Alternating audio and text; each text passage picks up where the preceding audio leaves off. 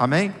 Então vamos lá, Neemias capítulo 1, versículo 3, diz assim: eles responderam: as coisas não vão bem para os que regressaram à província de Judá. Eles estão passando por dificuldades e humilhações. O muro de Jerusalém foi derrubado e suas portas foram destruídas pelo fogo.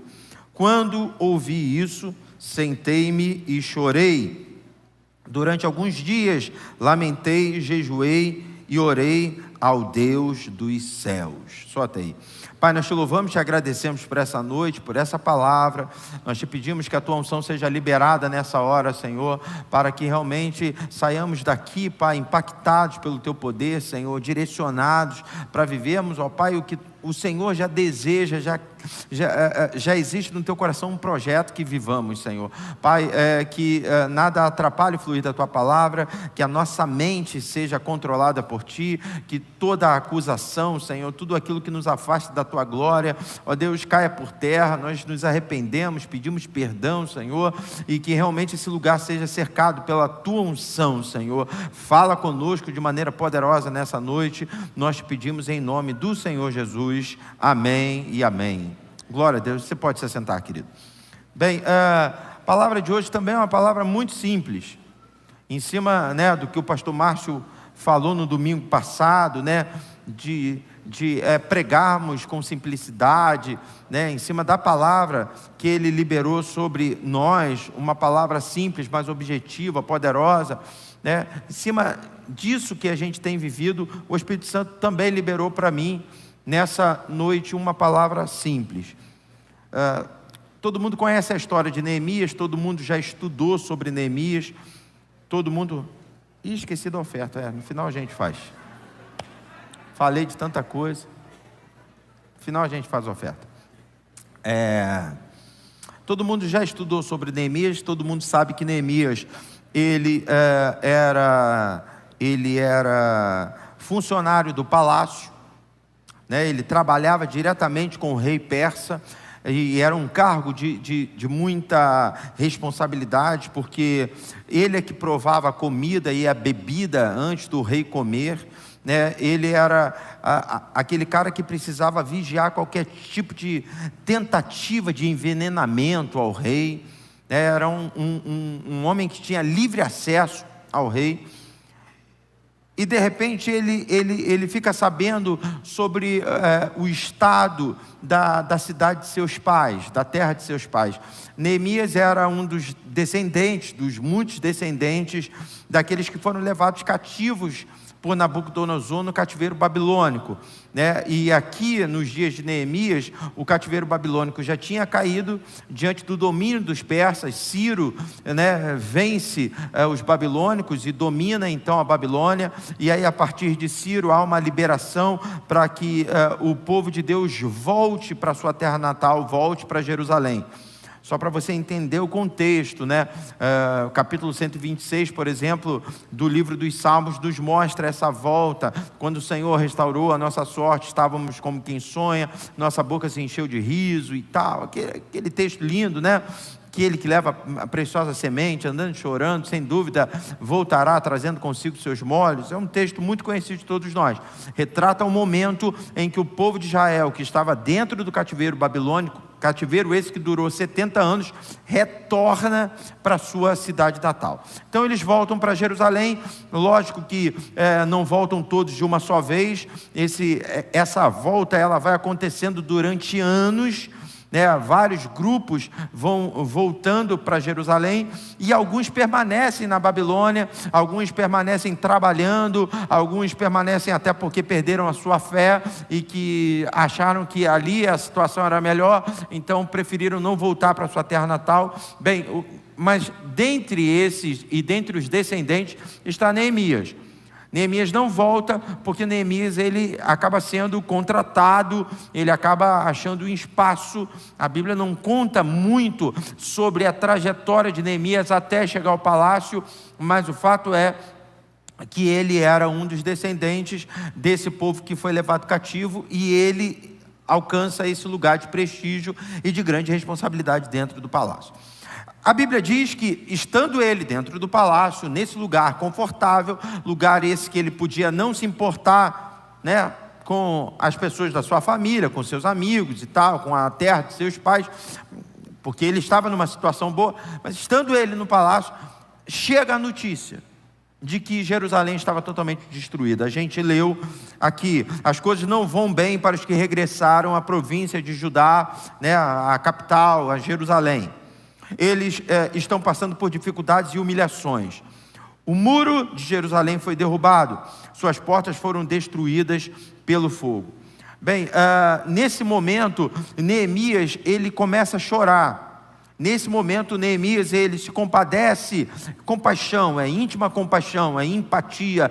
Ele, mesmo estando numa situação privilegiada, ele se preocupa com o seu povo, né? O texto, o verso 4, que a gente leu, diz assim: quando ouvi isso, sentei-me e chorei.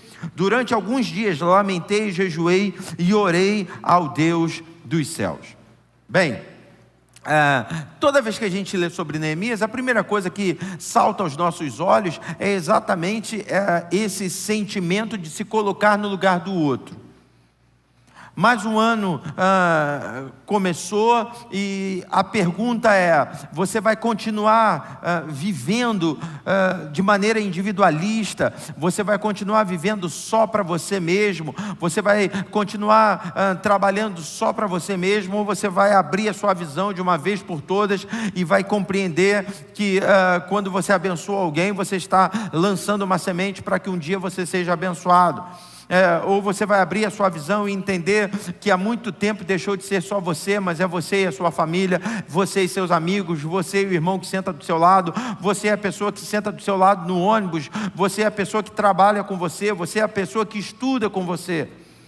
Porque muitas das vezes, sabe, queridos, a gente só pensa na gente, e isso é muito motivado e incentivado, né, por uma palavra de que assim a gente vai se dar bem. Ser esperto é não ajudar ninguém. Ser esperto é juntar só para a sua própria vida. Só que o contexto bíblico nos prova o contrário. A Bíblia nos mostra que na medida em que abençoamos, somos abençoados. O Senhor Jesus diz isso: dê e dar-se-vos-á. Boa medida. Eu gosto muito desse texto, porque esse texto fala sobre a medida do pipoqueiro. Já falei sobre isso aqui. Um bom pipoqueiro, quando você vai comprar uma pipoca na carrocinha, o bom pipoqueiro é aquele que coloca a pipoca e aí ele dá uma batidinha. O texto fala de uma medida sacudida, né? Ele dá uma batidinha no saquinho da pipoca para a pipoca assentar e caber mais pipoca, né? Aí ele coloca mais um pouco e bate mais um pouquinho para a pipoca assentar, para dar mais espaço. Um bom pipoqueiro, ele não é mesquinho na medida, né? E no final, ele ainda te dá que você tem dificuldade, inclusive, para segurar. É uma medida transbordante. O texto fala isso: medida sacudida, medida transbordante. Não sei quantos aqui, né, já viveram essa experiência, mas eu não me lembro, sabe, queridos, de pegar um saco de pipoca desses que a gente compra no pipoqueiro. Não é a pipoca que a gente faz em casa, né, mas desses que a gente compra na rua. Eu não me lembro de pegar e de não deixar cair nenhuma no chão, porque ela normalmente vem transbordando. A gente ainda tenta segurar, a gente tenta impedir que caia, mas acaba caindo. Então, quando Jesus fala dessa medida, de uma medida sacudida, de uma medida transbordante, fala realmente de uma medida surpreendente. Mas entenda, o princípio é: dê e dar-se-vos-á. Né? Se você der essa medida, é essa medida que você vai receber. Aí ele fala sobre julgamento. Na medida que você julga, você vai ser julgado. Na medida que você ama, você vai ser amado. Então, o primeiro destaque, quando a gente lê sobre Neemias, está no fato de que ele era um homem bom, era um homem que pensava nos outros. Ele podia não dar ouvidos às notícias da cidade de seus pais, porque afinal de contas ele estava lá no palácio do rei persa. Mas ele não só dá ouvidos, como na verdade é ele quem procura saber, porque ele se importa. Será que você pode olhar para o seu irmão e falar isso para ele? Eu me importo com você, meu irmão. Porque às vezes a pessoa senta do nosso lado, a gente não sabe o nome, a gente não sabe o sobrenome da pessoa, a gente não sabe os anseios, a gente não procura trocar com essa pessoa. Tudo bem, volto a dizer, sabe, irmãos, que a igreja também ela é formada por grupos de afinidade. E nada contra a gente ter afinidade, intimidade, mas não se abrir porque a gente não se importa, aí é um problema. Agora, além de Neemias ter essa característica de um homem bom, a Bíblia também nos mostra Neemias como um homem visionário. Por quê? Porque ele fica sabendo que o muro de Jerusalém tinha sido derrubado e as portas estavam destruídas pelo fogo. E ele começa a orar. E na medida em que ele ora, eu vejo Deus liberando para ele estratégias. Por quê, pastor? Porque chega uma hora que ele se levanta e ele vai até o rei. E quando ele vai até o rei, ele já vai com um pedido pronto para o rei. Ele chega para o rei e ele diz assim: olha, eu quero voltar à minha cidade, porque eu fiquei sabendo que o muro está destruído e que as portas estão queimadas. E eu quero ir lá ver o que eu posso fazer para ajudar. Então eu queria saber se o senhor me libera. Se o senhor libera que eu saia durante um tempo aqui do palácio para estar lá em Jerusalém.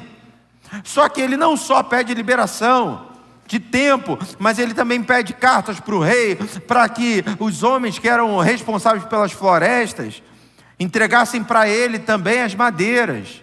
Ele também pede liberação para que ele tenha livre acesso às estradas, para que ele possa romper as fronteiras. Ou seja, ele se apresenta, depois em casa você vai ler isso aí, ele se apresenta diante do rei com toda uma estratégia, com toda uma visão já estabelecida. E é um outro ensinamento que fica para nós. Não dá para você começar um ano sem estratégia, não dá para você começar um ano sem visão, não dá para você começar o ano sem um norte. É lógico que a gente vai se adaptando à voz que a gente ouve, mas, irmãos, não é o Senhor que coloca o chão para a gente dar o primeiro passo, é a gente que dá o primeiro passo para depois o Senhor colocar o chão. Hoje eu estava atendendo um rapaz no gabinete e ele falou comigo sobre 2 projetos. Ele trabalha com lutas e tal, com artes marciais, e ele dá aula numa academia, e ele está com um projeto de dar aula de Muay Thai, se eu não me engano, para idosos. Aí ele falou: pastor, pode parecer engraçado, lógico que eles não vão ter agilidade, eles não vão golpear como um jovem, mas é uma atividade física, e a gente tem toda uma formatação de uma aula e tal. Falei: poxa, que legal. Então eu trabalho numa academia e eu queria orar, porque eu queria apresentar esse projeto para o meu patrão, para o coordenador da academia. Eu orei por ele, sabe, mas a palavra que o Espírito Santo ministrou no meu coração foi: olha, o que você precisava você já tem, que é um projeto. Eu ainda tinha um projeto meu aqui e tal, de uma outra situação, que eu fui e mostrei para ele. Falei: está vendo, formata isso, bota num projeto, apresenta diante do teu patrão. E se Deus estiver nisso, Ele vai abrir a porta, porque a porta que Deus abre ninguém pode fechar. Agora, tem gente que não consegue experimentar do momento da porta aberta, porque não consegue pensar antes, aqueles primeiros passos até chegar no lugar da porta. Tem gente que está dizendo: pastor, Deus não abre uma porta de emprego para mim, nenhum currículo você fez. Você nem procurou saber como se comportar numa entrevista. Você não sabe nem em que porta bater. Como é que você quer que ele abra uma porta? Você quer que alguém bata na porta da tua casa te convidando para trabalhar sem nunca ter te visto na vida? Ah, pastor, Deus pode isso. Deus pode tudo. Mas será que é dessa maneira que ele normalmente trabalha? Então vamos aprender com Neemias. Neemias não tinha tudo formatado na mente, ele não sabia exatamente como ele ia proceder chegando em Jerusalém. Tanto é que a Bíblia diz que ele chega e ele fica 3 dias analisando a cidade para depois começar a trabalhar, porque o que ele ouviu falar era uma coisa, agora o que ele ia ver era outra coisa. Mas ele se movimentou. Me ajude a ministrar, olha para o teu irmão e diga: vamos nos movimentar esse ano. Tem que sair desse lugar de inércia. E Deus age através de Neemias de maneira poderosa. Todo mundo conhece a história. E ele reconstrói os muros. Ele reconstrói as portas de Jerusalém, mesmo com todo o levante de Satanás, ele tinha inimigos ali que perturbavam ele. Os demoniados lá, Sambalate, Tobias, ficavam perturbando ele, impedindo ele de trabalhar, mas ele se manteve firme, e ele concluiu a obra do Senhor, e ele fez com que os muros de fato fossem erguidos por Deus. E eu quero que você entenda, sabe, que quando a gente fala de muro, quando a gente fala de porta, quando a gente fala desse contexto aqui de Jerusalém, a gente está falando de resistência, a gente está falando de proteção. Fazendo uma aplicação prática, né? Aí algumas coisas já foram compartilhadas. Primeiro, seja bom, pense no próximo, né?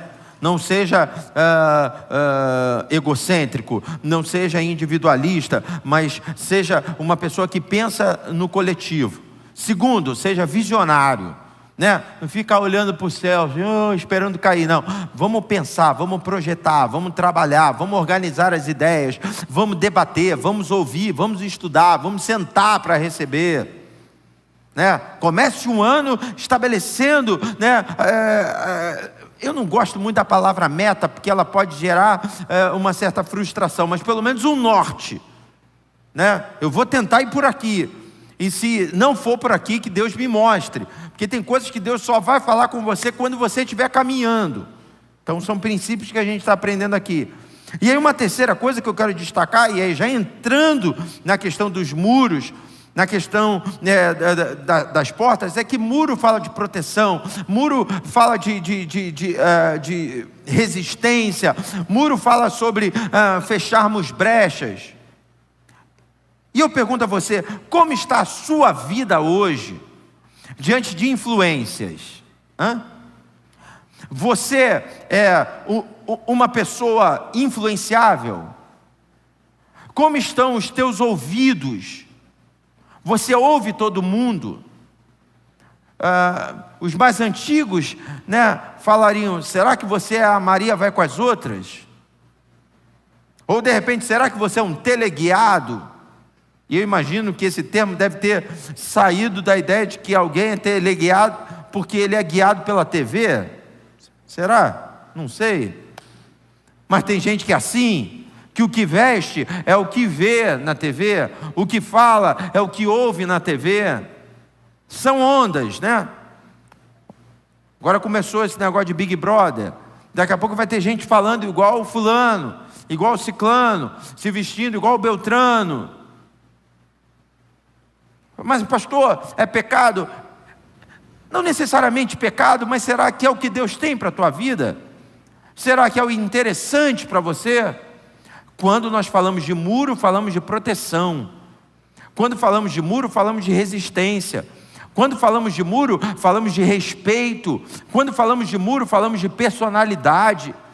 Que esse ano seja um ano de construção de muros. Porque tem gente, sabe, que ouve todo mundo e que é orientado por todo mundo e que no final das contas não sabe quem é, não sabe o que quer.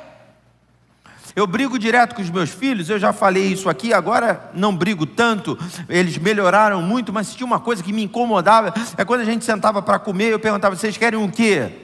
Não sei. Aí eu chegava assim, falava, quer macarrão? Pode ser. Eu dizia, não tem essa de pode ser, vocês têm que dizer o que vocês querem. Vocês têm que ter opinião, mesmo que eu diga não, que também pode acontecer, né? Você quer o quê? Eu quero ir para a churrascaria. Vai ficar querendo, né? Que há tempo para todas as coisas. Mas pelo menos tem personalidade para falar, para dizer. Uma vez eu estava conversando com a Ana Lúcia. Ana Lúcia, ela é pedagoga e ela foi, né, dona de uma escola que inclusive meus filhos estudaram, né, o antigo primário e tal. Uma mulher de Deus. E uma vez eu estava conversando com ela e a gente estava falando sobre uma matéria que não é existente, não existe dentro do currículo da criança, do jovem, do adolescente, mas que seria fundamental, que seria debate. Não existe essa matéria. Não existe uma matéria que ensina o jovem a se posicionar na sociedade. Pelo contrário, por incrível que pareça, ainda mais nos dias atuais, parece que o que menos querem é que o jovem tenha voz. Na verdade, eles querem que o jovem tenha a voz que eles querem que eles tenham. Então você cria uma ideologia, você cria um pensamento, você cria uma posição para que o jovem se adapte, para que o jovem viva, e pronto, ele já sai ali da faculdade como massa de manobra, sai da escola como massa de manobra. Seria maravilhoso se tivesse uma matéria, né, para ensinar o jovem a debater com respeito. Presta atenção, a dificuldade de um jovem debater é tão grande que quando ele debate, normalmente ele é agressivo, porque ele não aprendeu a argumentar, ele não aprendeu a perguntar por quê. Sabe, irmãos, eu já ouvi muita gente do altar, e me perdoe, é a minha posição, e eu discordo absurdamente, dizendo assim: você não deve perguntar a Deus por quê, você deve perguntar a Deus para quê. Falei, cara, se você partir desse princípio de que você não deve perguntar por quê, você também não deve perguntar para quê. Porque se por quê é uma irreverência, se perguntar por quê é ser abusado, perguntar para quê também. Eu acho que você pode perguntar tudo para Deus.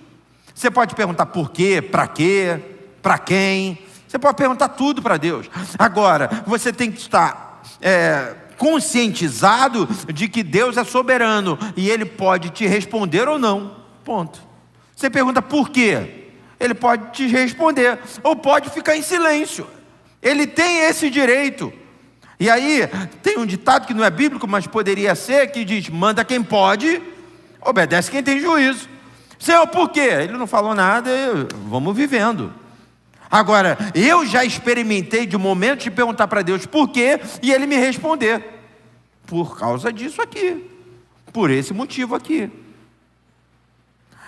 Fugir do debate significa estar aberto a uma influência. Paulo escreve, e eu amo, eu cito direto o texto dele aos Romanos, no capítulo 12, falando: e não vos conformeis com este mundo, mas transformai-vos pela renovação da vossa mente. Tem uma outra versão que diz: e não vos conformeis com este século, que fala de tempo, que fala de momento, porque tem gente que é guiado pelo momento. O cara não é uma referência, ele não tem uma identidade. Se você encontra com ele em janeiro, ele vai ser de um jeito, em dezembro ele já é outro.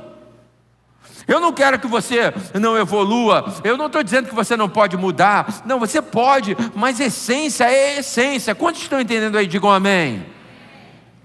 Quando Neemias volta para Jerusalém para levantar muros, ele, em outras palavras, está dizendo assim: nós precisamos voltar a ser povo, nós precisamos voltar a ser respeitados, porque a gente estava vivendo, ou melhor, a gente está vivendo como um bando, nós somos ex-cativos, 70 anos sendo escravizados e agora libertados pelo rei Ciro, e muro destruído, porta queimada, e não tem respeito, e ninguém respeita ninguém. Imagina, todo mundo entra em Jerusalém a hora que quer, da maneira que quer.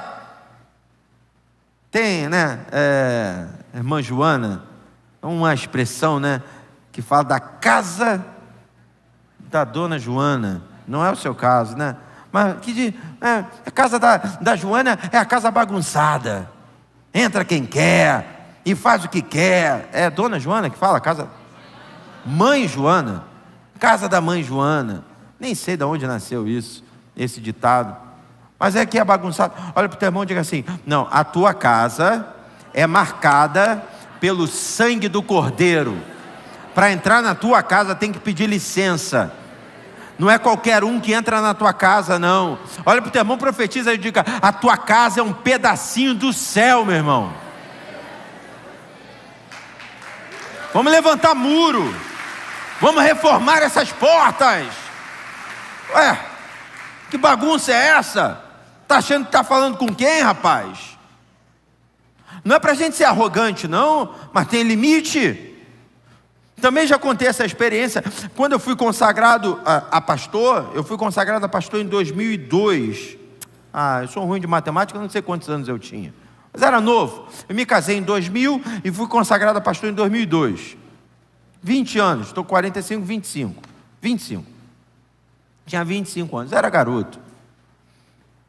E eu cresci aqui na Nova Jerusalém, né? Meu pai é pastor fundador da igreja. Nova Jerusalém foi organizada e eu tinha 7 anos, se eu não me engano. 7 ou 8 anos. Então, normal, sabe, queridos? As pessoas brincarem comigo, né? Cresci aqui, então, todo Samuel é Samuca, Samuquinha, né? Eu tinha muitos apelidos e tal.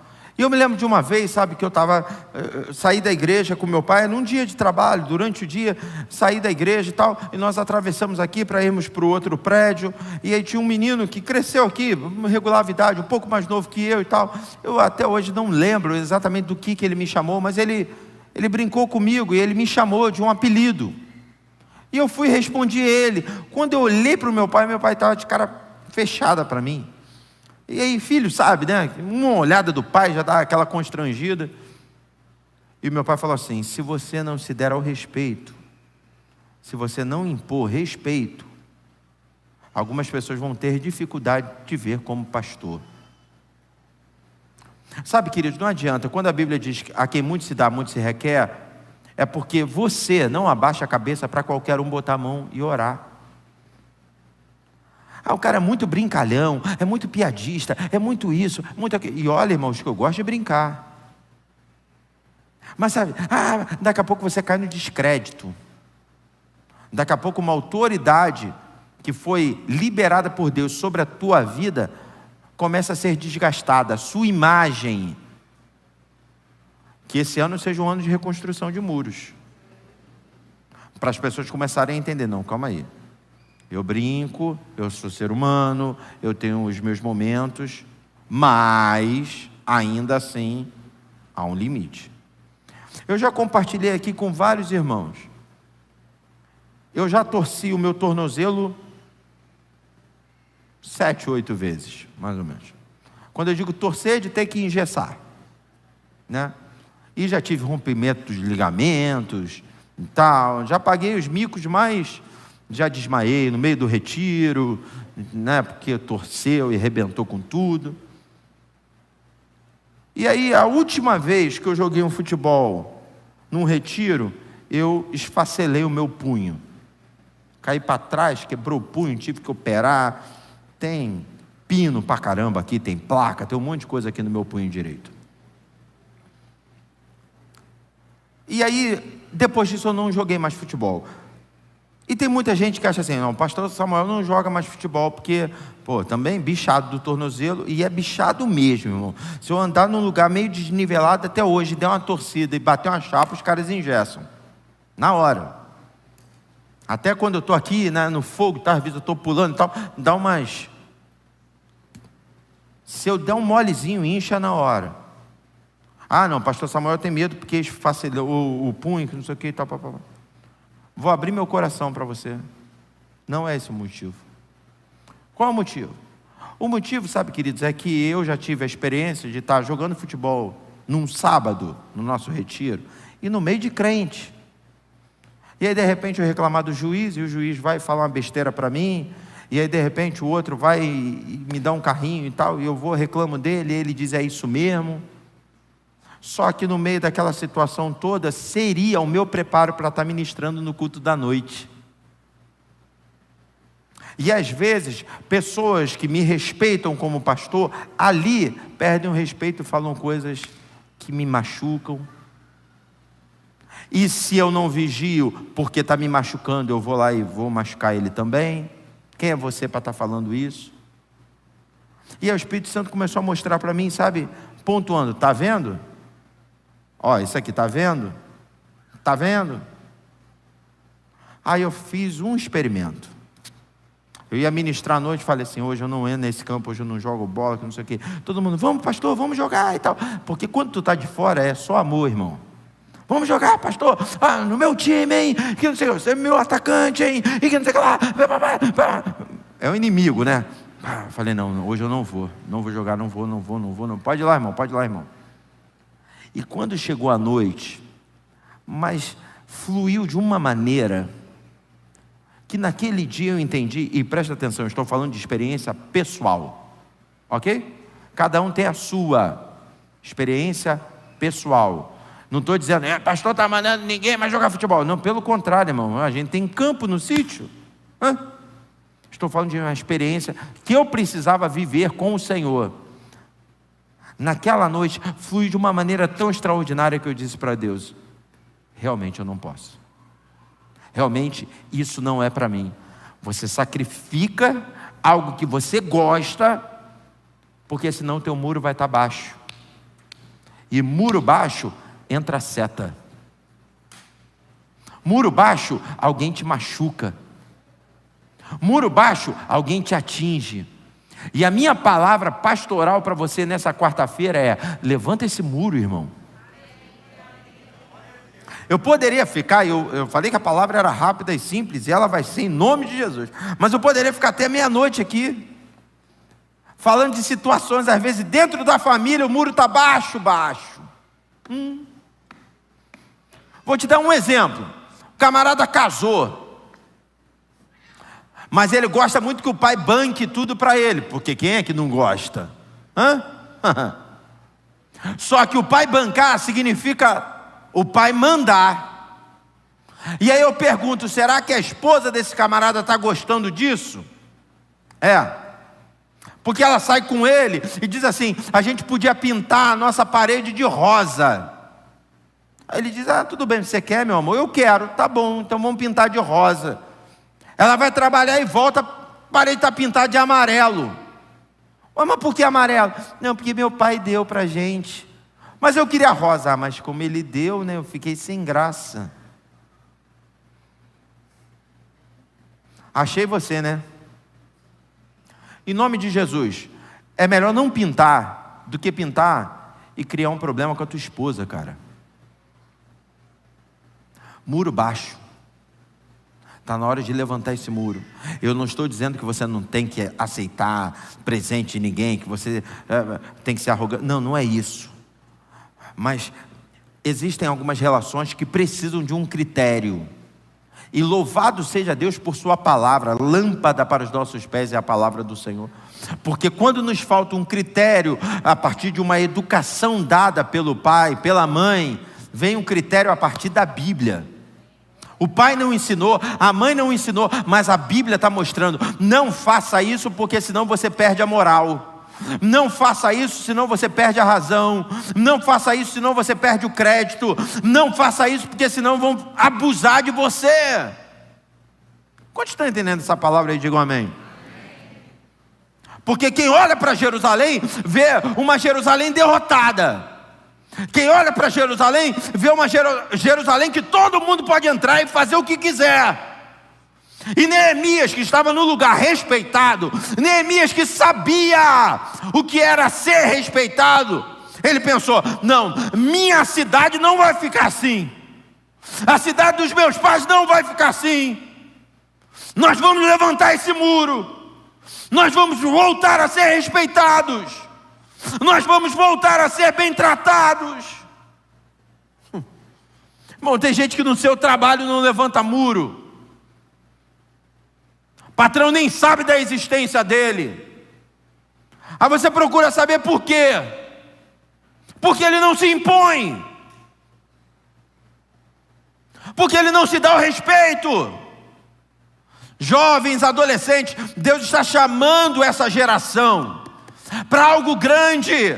Mas enquanto vocês ficarem de brincadeirinha, enquanto ficarem essas bobeirinhas, ninguém vai respeitar vocês. Mas se vocês hoje ouvirem a voz do Senhor e começarem a levantar muros, porque ser usado por Deus nada tem a ver com idade, tem a ver com responsabilidade, tem a ver com eis-me aqui, Senhor. Eu, moleque, ministrava o louvor, garoto, e não é porque eu sou, não. Tinha meus altos e baixos. Meu pai tinha que ficar puxando minha orelha mesmo, dizendo: ei, garoto, para com essas criancices, para com essas bobeiras. E se eu pudesse voltar no passado, eu teria me dedicado ainda mais. Entenda, há tempo para todas as coisas. Tem hora de brincar, tem hora de sorrir, tem hora de se divertir, mas tem hora de falar sério. Se só tem brincadeira, muro está baixo, porta está queimada. Eu estava me lembrando a um texto, depois em casa, repita comigo assim: eu vou ler Mateus capítulo 10. Depois, em casa, você não vai ler agora não, em casa. Mas Jesus dá algumas instruções para os seus discípulos. E ele fala sobre a pregação do Evangelho, e ele fala sobre as missões e, sobretudo, sobre como eles seriam recebidos. No verso 11, por exemplo, ele diz assim: e em qualquer cidade ou aldeia que entrardes, procurai saber quem nela seja digno, e então hospedai-vos aí, até que vos retireis. Olha que coisa. Vai pregar numa cidade, vai procurar saber quem é digno, descobrindo quem é digno nesse lugar que você vai se hospedar. Irmão, será que a gente está fazendo isso? Hein, pastor Rafael? Será que a gente está procurando saber em que mesa a gente está sentando? Em que cama a gente está deitando? Com quem a gente está dividindo o prato? Ainda mais se estiverem dando. Aí então, opa! Comendo bem que mal tem. Estão me dando. Irmãos, eu trabalho com música há mais de 20 anos, eu, pastora Denise. E teoricamente, todo mundo queimando incenso, todo mundo ministro do altar, teoricamente. Mas na prática,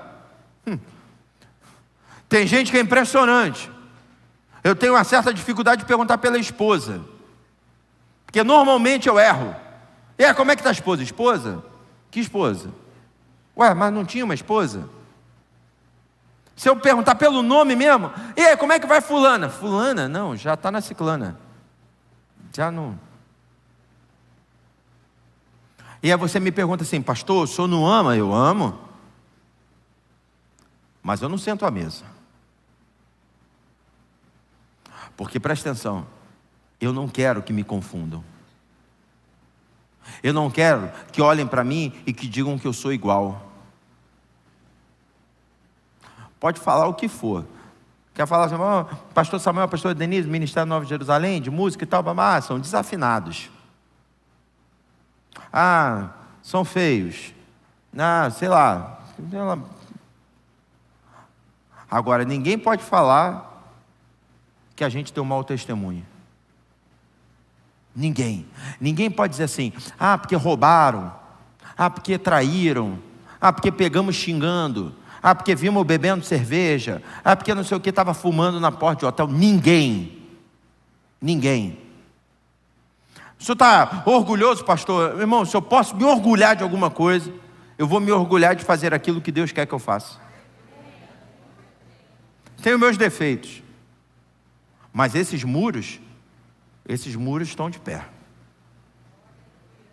Será que você pode bater no peito e falar isso? Esse muro está de pé? Seja mais criterioso com quem você senta e onde você anda. Agora preste atenção, eu preciso terminar a mensagem mostrando para você que o equilíbrio é a base de tudo. Porque senão o cara pega uma palavra dessa e acha que você tem que ser aquele santo, mas tão santo, que o cara é quase que o vice-presidente do céu. Ele não fala com ninguém. Não é isso não. Não é isso que eu estou pregando. Você é inteligente. A base é o equilíbrio. Segunda-feira, eu estava aqui na igreja, eu atendi as pessoas que eu precisava atender, eu resolvi as coisas que eu tinha que resolver. Nós estamos em obra ali na garagem, resolvendo a obra, estamos acompanhando a pintura ali do casarão, as coisas administrativas da igreja, dividindo, sabe, com as coisas espirituais mesmo, do ministério e tal. Segunda-feira, vim para cá, fiz tudo que tinha que ser feito. tem problema algum. Pá. Na terça-feira nós não temos expediente aqui. Sabe quando você sente a mente cansada, você precisando de um, né? Falei, sabe de uma coisa? Segunda-feira, finalzinho da tarde, início da noite, foi quando eu peguei o telefone, liguei e tal, será que me recebe aí? Dá para fazer? Que não sei o que, deu tudo certo, graças a Deus. Quarta-feira de manhã, 6h30 da manhã, acordei todo mundo, vamos embora, pegamos o carro, e a gente foi, e a gente passou um dia inteiro na praia. Aí de repente alguém vai ver o pastor Samuel, o dia inteiro na praia e tal. Eu preciso, a minha família precisa. Ninguém está dizendo que você tem que ficar dentro da igreja. Não, tem dia que, tem semana que a gente fica. Tem semana que a gente fica. E sem problema, e não é fardo. Vinde a mim todos vós que estáis cansados, sobrecarregados, eu vos aliviarei, e tomai sobre vós o meu jugo, manso, suave, leve, suave, né? Não é pesado. Tem dia que a gente fica com a maior alegria, mas tem dia, Deus permite, a gente precisa também, e aí a gente vai passear, sem problema algum. Eu não estou dizendo que você tem que ser desequilibrado. Amizade é a mesma coisa, você é criterioso, mas tem hora que você precisa realmente conversar com as pessoas. Jesus era acessível. Jesus era totalmente acessível, qualquer pessoa podia chegar, só que ser amigo dele, irmão, aí não. Quantos eram os discípulos? Eu sempre faço essa pegadinha, muito mais do que 12, centenas, milhares. 12 eram os apóstolos, discípulos eram vários que seguiam a Jesus, 12 eram os apóstolos. Então você já percebe que de milhares de discípulos, ele tem um colégio apostólico com 12 só. Aí desses 12, quantos subiam um monte com ele? 3. Você entende? Se é acessível, mas você tem critério, é o equilíbrio. Você é acessível, mas você sabe quem realmente você pode abrir o teu coração e conversar e falar. Não é para qualquer um que você, né, conta suas intimidades. Aí a gente leu aqui Mateus capítulo 10, verso 11, dizendo, em qualquer cidade ou aldeia que entrardes, procurai saber quem seja digno, e ali você se hospeda. Aí no verso seguinte, no verso 12, Jesus diz assim, e quando entrardes em alguma casa, saudai-a. Ou seja, ele diz assim, procure quem é digno, mas não vá só na que é digno. Procure se hospedar, seja criterioso, estamos falando de nível de intimidade, mas não fique só nisso. Na outra você entra e saude, e abençoe, e fale. Eu não preciso ser íntimo do padeiro para chegar para ele e falar, bom dia meu amigo, que Deus te abençoe. Eu não preciso ser íntimo do motorista do ônibus para chegar, está calor hoje, né irmão? Mas que Deus abençoe seu dia. Não, isso faz parte da simpatia, da educação. E aí, amanhã, por exemplo, ir para uma trilha para conhecer novos irmãos, para quebrar o gelo, né? Para romper, sabe, essas barreirinhas que acontecem naturalmente dentro da igreja.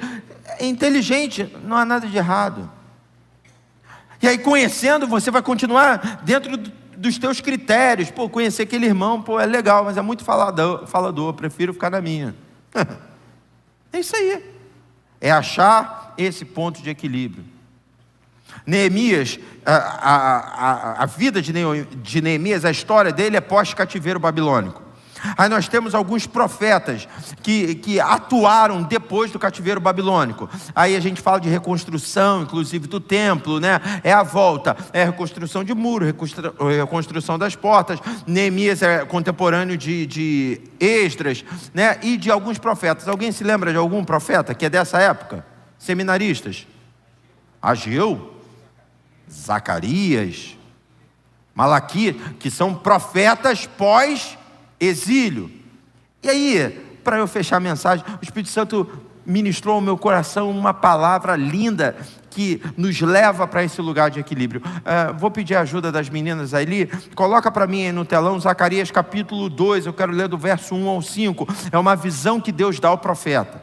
Profeta contemporâneo de Neemias. Ele está nesse mesmo momento de pós-cativeiro babilônico, nesse momento de reconstrução de muros, nesse momento de reconstrução de portas, reconstrução do templo, nesse momento de reconstrução de uma vida digna diante da sociedade.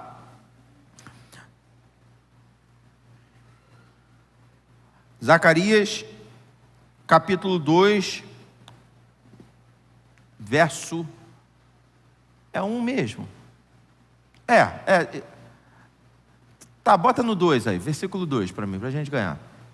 Isso, vamos a partir daí. Vocês vão entender melhor. Então perguntei, para onde vais tu? E ele me respondeu, medi Jerusalém para ver qual é a sua largura e qual é o seu comprimento. É uma visão que Zacarias está tendo. E eis que saiu o anjo que falava comigo. Tinha um anjo que falava com ele. E o outro anjo lhe saiu ao seu encontro. Então ele vê o encontro de dois anjos. E lhe disse, corre e fala a este jovem, que era o profeta, Jerusalém será habitada como as aldeias sem muros, por causa da multidão de homens e animais que haverá nela. Bota o verso 5. Deixa eu ver se... Pois eu lhe serei, diz o Senhor isso, um muro de fogo em redor, e eu mesmo serei no meio dela a sua glória. Irmãos, no mesmo tempo em que Neemias se preocupa em construir o muro, Zacarias recebe uma palavra profética de que não vai ter muro e que o Senhor vai ser um muro. Pastor, explica isso. Bem, em 1 minuto eu te explico. Você faz a sua parte, que Deus faz a parte dele. Você como cidadão, você como homem, você como ministro de Deus, precisa manter muros levantados. Você precisa se dar ao respeito. Você não pode ser confundido com qualquer um. As pessoas precisam olhar para você e ver você um homem de Deus. Mas ao mesmo tempo, Jesus te ensina a ser acessível. E aí nessa hora, você nem muro tem. Porque entra pessoas e sai pessoas. E aí, se você se sentir desprotegido, porque afinal de contas não tem muro, e a tua vida parece estar uma bagunça, porque as pessoas entram e saem, o Senhor diz para você, eu serei o seu muro.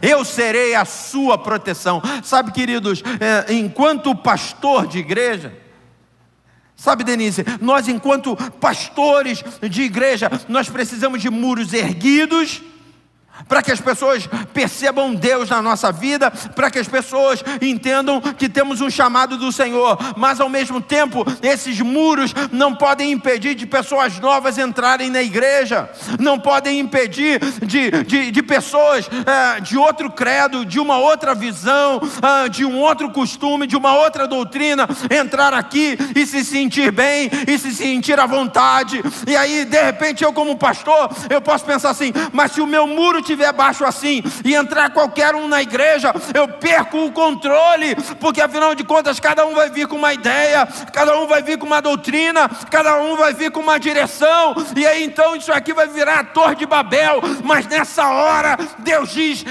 eu serei o seu muro, eu vou estabelecer um cordel de medir, e eu vou dizer o que pode e o que não pode.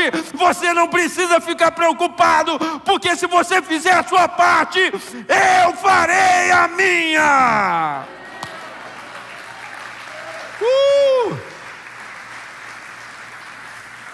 E se isso não é proteção, eu não sei o que é. Vai entrar na juventude, tem um muro erguido. Existe um padrão, pastor Rafael, é um padrão, é um muro erguido. Só que ao mesmo tempo entra qualquer um. E aí, quando parece que a coisa está fugindo do controle, o Senhor é o próprio muro. Porque Deus sempre vai honrar a tua postura. Deus sempre vai honrar aquilo que você desenvolve. Ele vai olhar e ele vai dizer assim, não. Ele é o exemplo. Eita! E aí é o gancho aí com a juventude. Ninguém despreze o tempo da tua pouca idade. Tem uma outra versão que diz: ninguém despreze a tua mocidade. Mas antes, Paulo escrevendo a Timóteo, mas antes, seja o exemplo dos fiéis na pureza, no trato e no procedimento. Então, primeira coisa, seja jovem, brinque, jogue bola, faça o que você tem que fazer, mas antes, seja o exemplo. É esse equilíbrio. Conseguiu equilibrar? Você tem muro alto e ao mesmo tempo você tem acessibilidade. Você tem muro alto, mas ao mesmo tempo você é humano. E porque você é humano, as pessoas se aproximam de você. Vamos ficar de pé.